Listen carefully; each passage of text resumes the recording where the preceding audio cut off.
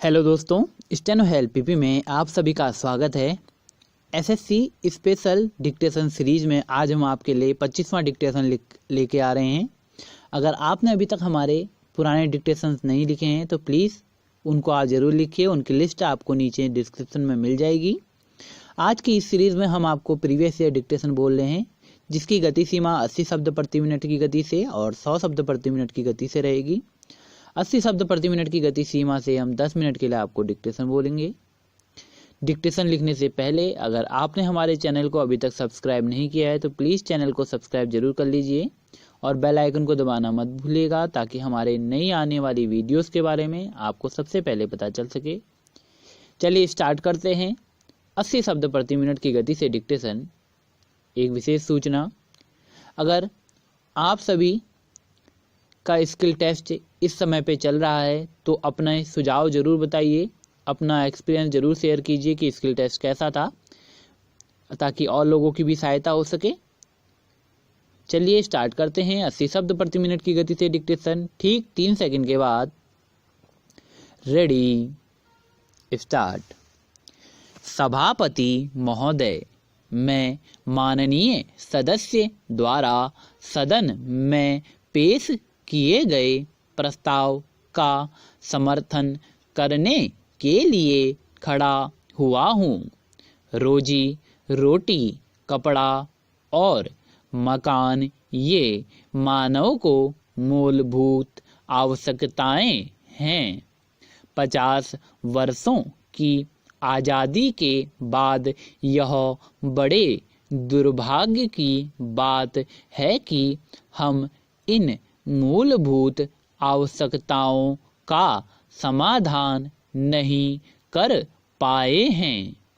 सवाल जब आवास नीति का आता है तो हमारे माननीय सदस्य कहते हैं कि जनसंख्या नीति ठीक होनी चाहिए और बढ़ती हुई जनसंख्या के कारण ही ये सारी समस्याएं उत्पन्न होती हैं।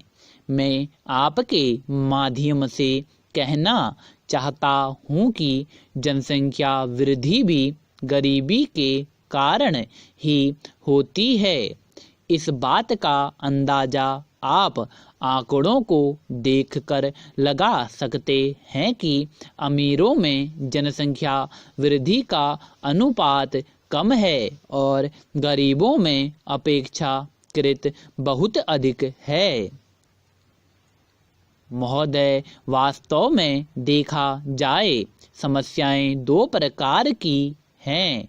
एक तो वे लोग जो गांवों में रहते हैं और दलित हैं, उनको आवास की समस्या है, और दूसरे वे लोग जो गांव छोड़कर रोजी रोटी की तलाश में शहरों में भाग रहे हैं।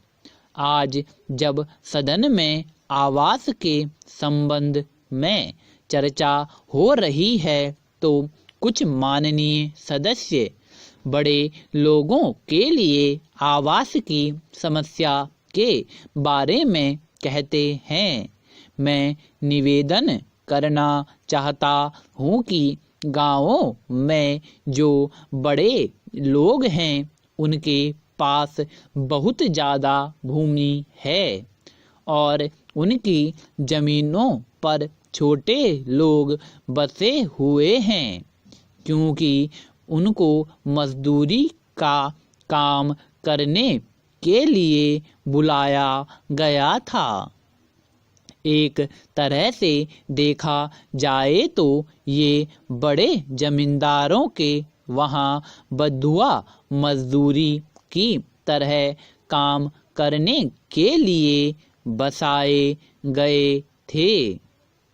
उन लोगों को सुविधा प्रदान करने के लिए सरकार ने विभिन्न योजनाएं बनाई, लेकिन उन योजनाओं के माध्यम से मकान बनाने के लिए जो राशि दी जाती है वह आज के महंगाई के जमाने में बहुत कम है।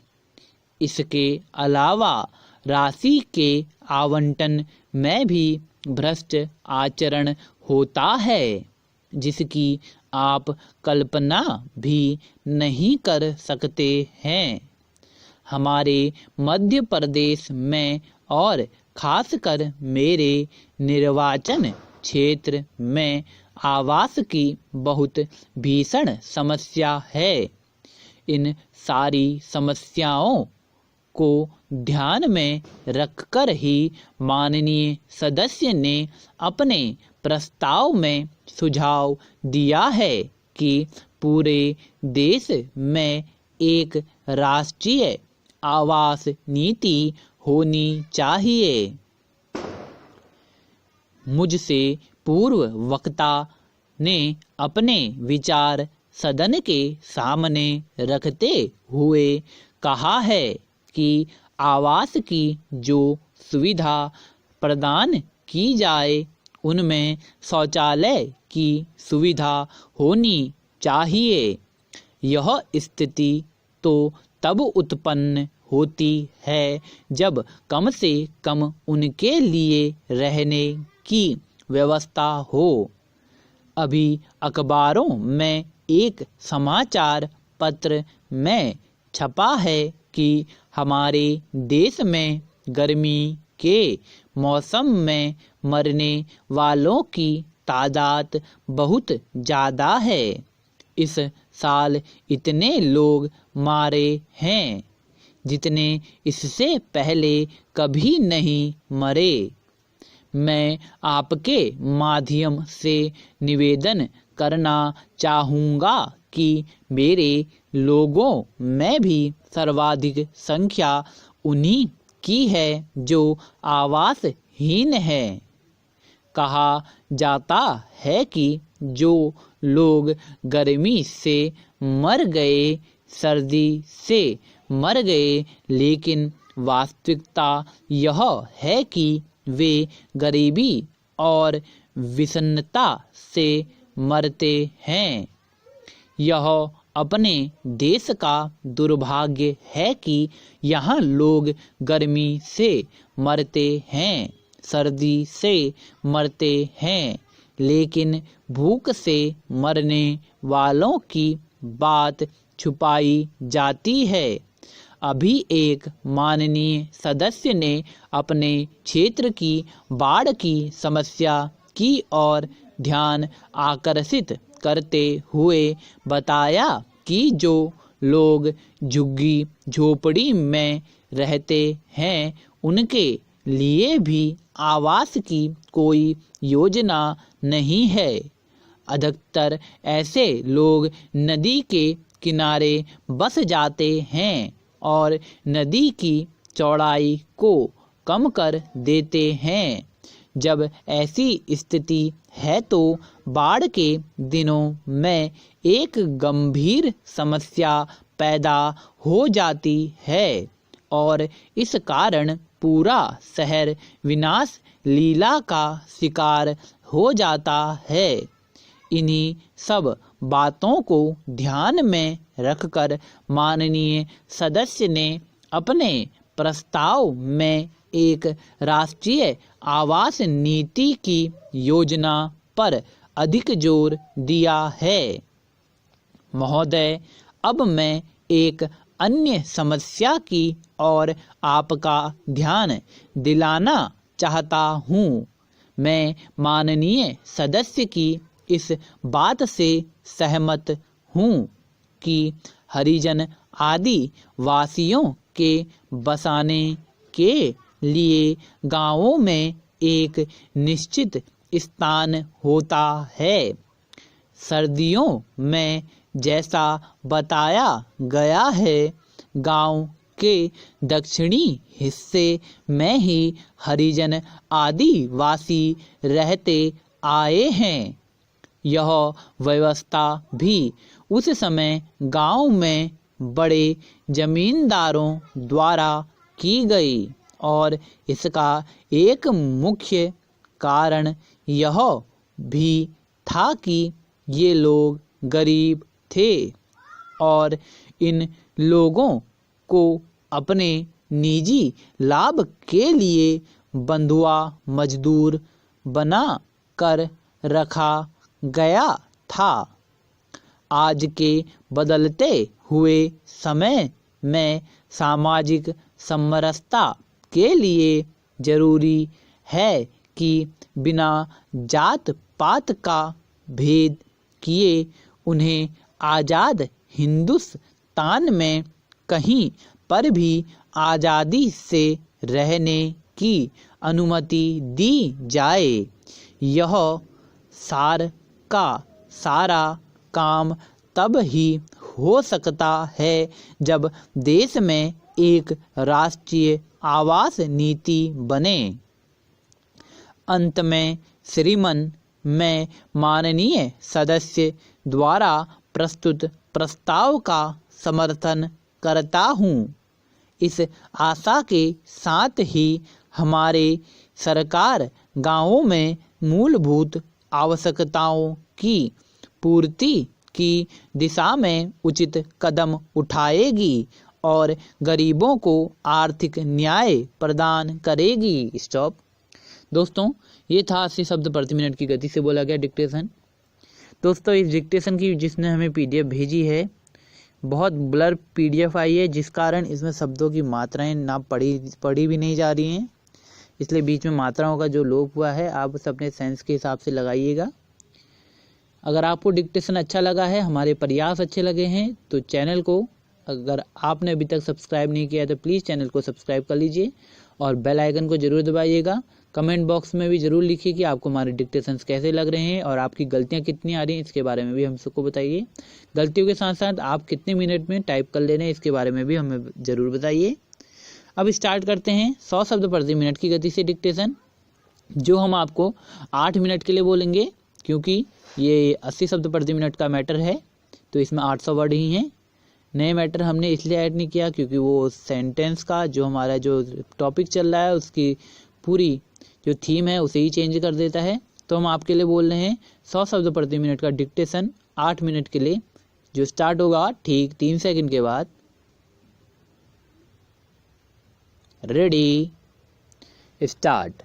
सभापति महोदय, मैं माननीय सदस्य द्वारा सदन में पेश किए गए प्रस्ताव का समर्थन करने के लिए खड़ा हुआ हूँ।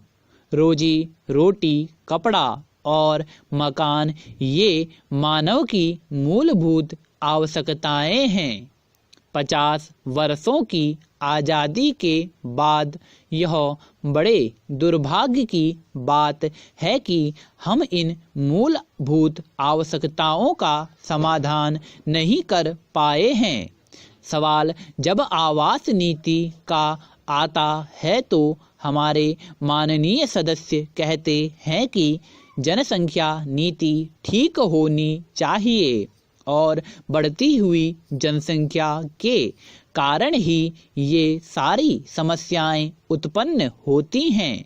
मैं आपके माध्यम से कहना चाहता हूँ कि जनसंख्या वृद्धि भी गरीबी के कारण ही होती है।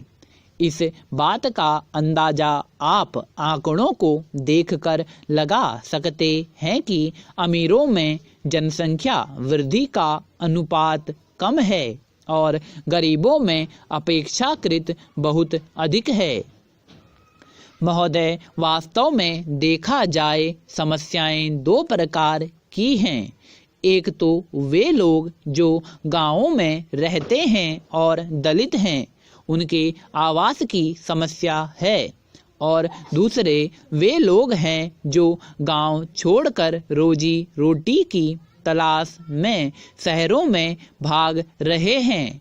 आज जब सदन में आवास के संबंध में चर्चा हो रही है तो कुछ माननीय सदस्य बड़े लोगों के लिए आवास की समस्या के बारे में कहते हैं। मैं निवेदन करना चाहता हूँ कि गांवों में जो बड़े लोग हैं उनके पास बहुत ज़्यादा भूमि है और उनकी जमीन पर छोटे लोग बसे हुए हैं, क्योंकि उनको मजदूरी का काम करने के लिए बसाया गया था। एक तरह से देखा जाए तो वे बड़े जमींदारों के वहाँ बंधुआ मजदूरों की तरह काम करने के लिए बसाए गए थे। उन लोगों को सुविधा प्रदान करने के लिए सरकार ने विभिन्न योजनाएं बनाई, लेकिन उन योजनाओं के माध्यम से मकान बनाने के लिए जो राशि दी जाती है वह आज के महंगाई के ज़माने में बहुत कम है। इसके अलावा राशि के आवंटन में भी भ्रष्ट आचरण होता है, जिसकी आप कल्पना भी नहीं कर सकते हैं। हमारे मध्य प्रदेश में और खासकर मेरे निर्वाचन क्षेत्र में आवास की बहुत भीषण समस्या है। इन सारी समस्याओं को ध्यान में रखकर ही माननीय सदस्य ने अपने प्रस्ताव में सुझाव दिया है कि पूरे देश में एक राष्ट्रीय आवास नीति होनी चाहिए। मुझसे पूर्व वक्ता ने अपने विचार सदन में रखते हुए कहा है कि आवास की जो सुविधा प्रदान की जाए उनमें शौचालय की सुविधा होनी चाहिए। यह स्थिति तो अब उत्पन्न होती है जब कम से कम उनके लिए रहने की व्यवस्था हो। अभी अखबारों में एक समाचार पत्र छपा है कि हमारे देश में गर्मी के मौसम में मरने वालों की तादाद बहुत ज़्यादा है। इस साल इतने लोग मरे हैं जितने इससे पहले कभी नहीं मरे।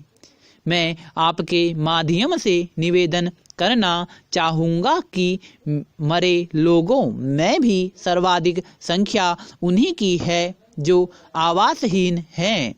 कहा जाता है कि लोग गर्मी से मर गए, सर्दी से मर गए, लेकिन वास्तविकता यह है कि गरीबी और विपन्नता से मरते हैं। यह अपने देश का दुर्भाग्य है कि यहाँ लोग गर्मी से मरते हैं, सर्दी से मरते हैं, लेकिन भूख से मरने वालों की बात छुपाई जाती है। अभी एक माननीय सदस्य ने अपने क्षेत्र की बाढ़ की समस्या की और ध्यान आकर्षित करते हुए बताया कि जो लोग झुग्गी झोपड़ी में रहते हैं उनके लिए भी आवास की कोई योजना नहीं है। अधिकतर ऐसे लोग नदी के किनारे बस जाते हैं और नदी की चौड़ाई को कम कर देते हैं। जब ऐसी स्थिति है तो बाढ़ के दिनों में एक गंभीर समस्या पैदा हो जाती है और इस कारण पूरा शहर विनाश लीला का शिकार हो जाता है। इन्हीं सब बातों को ध्यान में रखकर माननीय सदस्य ने अपने प्रस्ताव में एक राष्ट्रीय आवास नीति की योजना पर अधिक जोर दिया है। महोदय, अब मैं एक अन्य समस्या की ओर आपका ध्यान दिलाना चाहता हूँ। मैं माननीय सदस्य की इस बात से सहमत हूँ कि हरिजन आदिवासियों के बसाने के लिए गांवों में एक निश्चित स्थान होता है। सदियों से जैसा बताया गया है, गांव के दक्षिण हिस्से में हरिजन आदिवासी रहते आए हैं। यह व्यवस्था भी उस समय गांव के बड़े जमींदारों द्वारा की गई और इसके एक मुख्य कारण यह भी था कि ये लोग गरीब थे और इन लोगों को अपना निजी लाभ के लिए बंधुआ मजदूर बनाकर रखा गया था। आज के बदलते हुए समय ने सामाजिक समरसता के लिए जरूरी है कि बिना जात पात का भेद भाव किए। उन्हें आज़ाद हिंदुस्तान में कहीं पर भी आज़ादी से रहने की अनुमति दी जाए। यह सारा का सारा काम तब ही हो सकता है जब देश में एक आवास नीति बने। अंत में श्रीमान, मैं माननीय सदस्य द्वारा प्रस्तुत प्रस्ताव का समर्थन करता हूँ। इस आशा के साथ ही हमारी सरकार गांवों में मूलभूत आवश्यकताओं की पूर्ति की दिशा में उचित कदम उठाएगी और गरीबों को आर्थिक न्याय प्रदान करेगी। स्टॉप। दोस्तों, ये था 100 शब्द प्रति मिनट की गति से डिक्टेशन, जिसे हमने आपको 8 मिनट के लिए बोला है। डिक्टेशन में मात्राओं का लोप होने के कारण शब्द गलत पड़े गए होंगे, तो आप इसका सही से सेंस बनाकर उसे ट्रांसक्रिप्ट करिएगा। इसकी PDF आपको हमारे टेलीग्राम ग्रुप में मिल जाएगी। जैसा कि आपने देखेंगे कि इस वीडियो में बहुत ब्लर है, तो पढ़ने में काफ़ी मुश्किल हो रही है। अगर आपको हमारे डिक्टेशन अच्छा लगा है तो चैनल को सब्सक्राइब जरूर कर लीजिएगा और बेल आइकन को दबाना मत भूलिए। Thank you so much. All the best for exam. Thank you.